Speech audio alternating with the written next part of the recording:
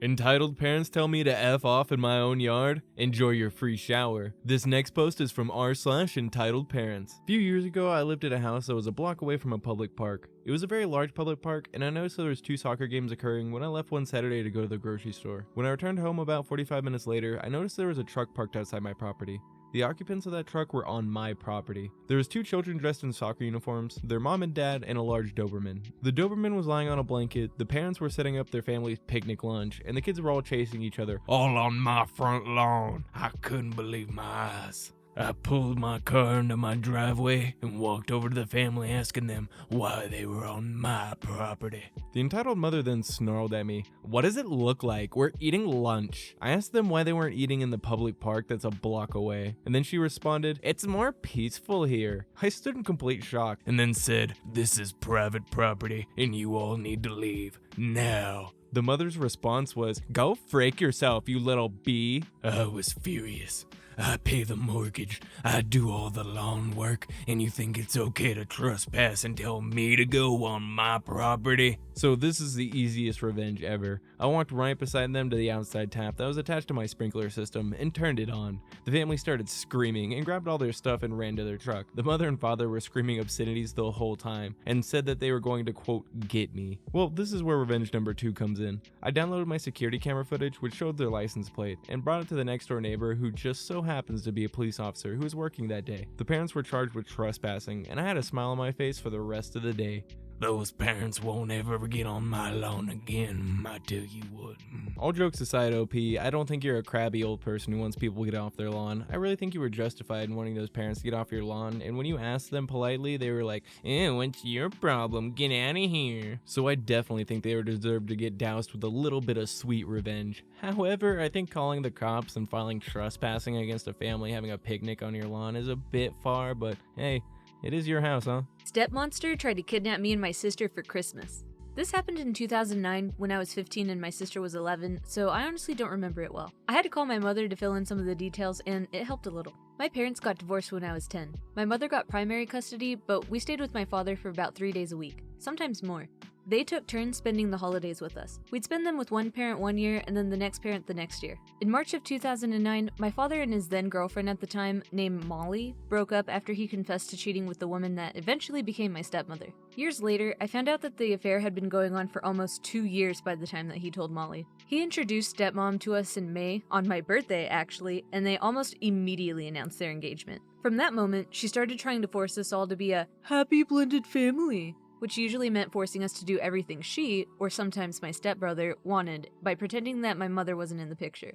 My dad and my stepmother tried pushing my mom to leave us with them more often than my parents had previously agreed on, but thankfully, she wouldn't budge. We started getting ready for the holidays in November, and stepmom started talking about a ski resort, a hotel? I don't know, it was 14 years ago, that she wanted to visit with us. It was about a 3-hour car drive from where we lived and was clearly more suited for couples, younger children, or the elderly. Neither me or my sister actually wanted to go, but before we could say that, stepmom asked when we'd be done with school so that she could book it for a 2-week trip during our winter break. I was more than happy to be the one to break it to her. We'd spent Christmas and New Year's Day with my father and Molly the year before, so it was my mom's turn to have us. My father and stepmom called my mother dozens of times trying to convince her to let them take us, insisting that stepmom was excited to spend Christmas with us and that the previous year's holidays didn't count because we'd spent them with Molly. My mom said no, as she had already made plans, and the subject was dropped for a few weeks. Then, on our last day of school before winter break, stepmom picked me and my sister up from our schools. That was fine, as we were supposed to spend a couple days with my father before the holidays, but what wasn't fine was that at that moment when we got into her car, stepmom said, "We're going to the ski resort! Surprise!" She then proceeded to tell us that they'd already packed all of our bags for us and that dad would meet us there. I asked if my mom knew about this, and she said, "Sure," but I knew that that was a lie. I also didn't believe her when she said that we'd only be there for a couple of days and that we would be back before Christmas. I figured that they booked the 2-week stay that they wanted and would probably guilt trip us both into staying once their couple of days were up. I was terrified. I didn't have a phone at the time, my mom thought that I was still too young to have one, and I didn't trust my stepmom. And I could tell that my sister was even more scared. I told stepmom that we didn't want to go, and she said, "Fine, let's just pick up your stepbrother from school." We picked him up from school, and my stepmom said, "Okay, let's go to the resort now." I said again that we didn't want to go. She said, "Fine, let's just find a gas station and fill up." That pattern kept repeating itself about 6 times over the next hour, and every time I said I didn't want to go, my stepmom would make up another excuse and pretend to forget my plea. As we were about to leave town, my dad called my stepmom. I heard them fight for a few minutes about something, and then she hung up. My stepbrother asked her what happened, but she didn't answer.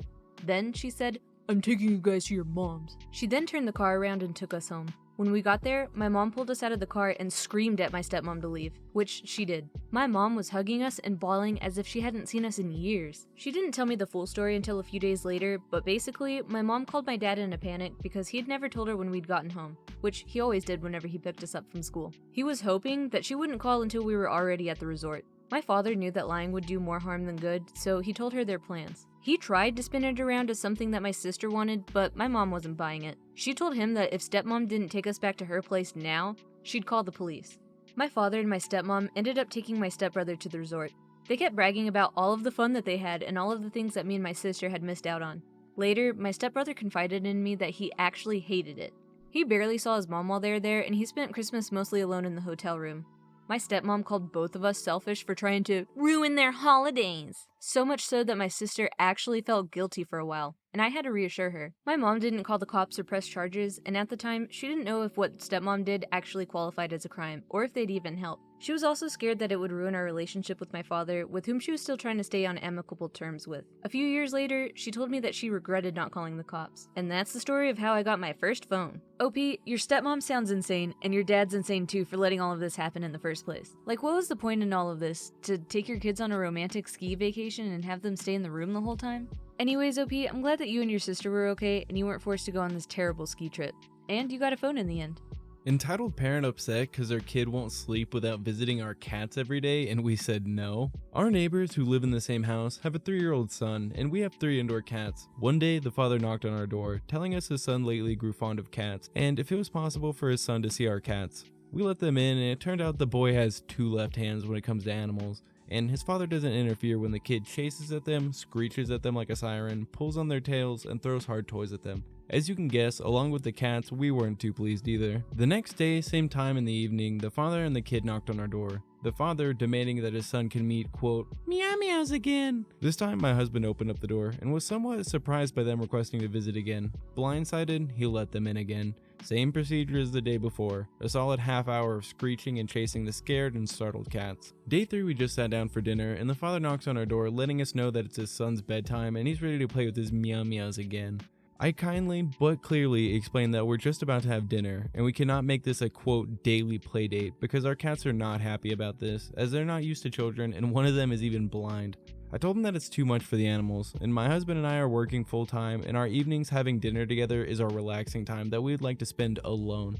The following 2 hours we heard the kid screaming his head off, demanding to meet quote his meow meows, followed by the furious knocking on our door, which we opened to see our very angry neighbor pointing at his son's blue crying face. Yelling at us at this sad face should make us think about the consequences of our decisions that we make for other people. His son won't sleep anymore without saying his beloved meow meows. Yes, he seriously kept using this term, and also the possessive adjective. I tried to solve this in a civilized manner by keeping calm, but pointing out it wasn't our idea to making seeing our cats his son's getting ready to sleep ritual. But he really can't expect us to make this our daily schedule, but we were marked as general child haters already. 2 days later, our landlord called us to remind us to please not let our cats in the hallway because the neighbor's child is now allergic to cats. Well, I guess you could say that kid's not gonna have a cat nap anytime soon. All jokes aside, OP, I think you have every right to kick them out of your house. If the dad's not going to try and teach that kid manners around the animals, then there's no point in even having them over in the first place. That was r/meme reads. If you enjoyed this content, please like this video and subscribe to the channel. Peace.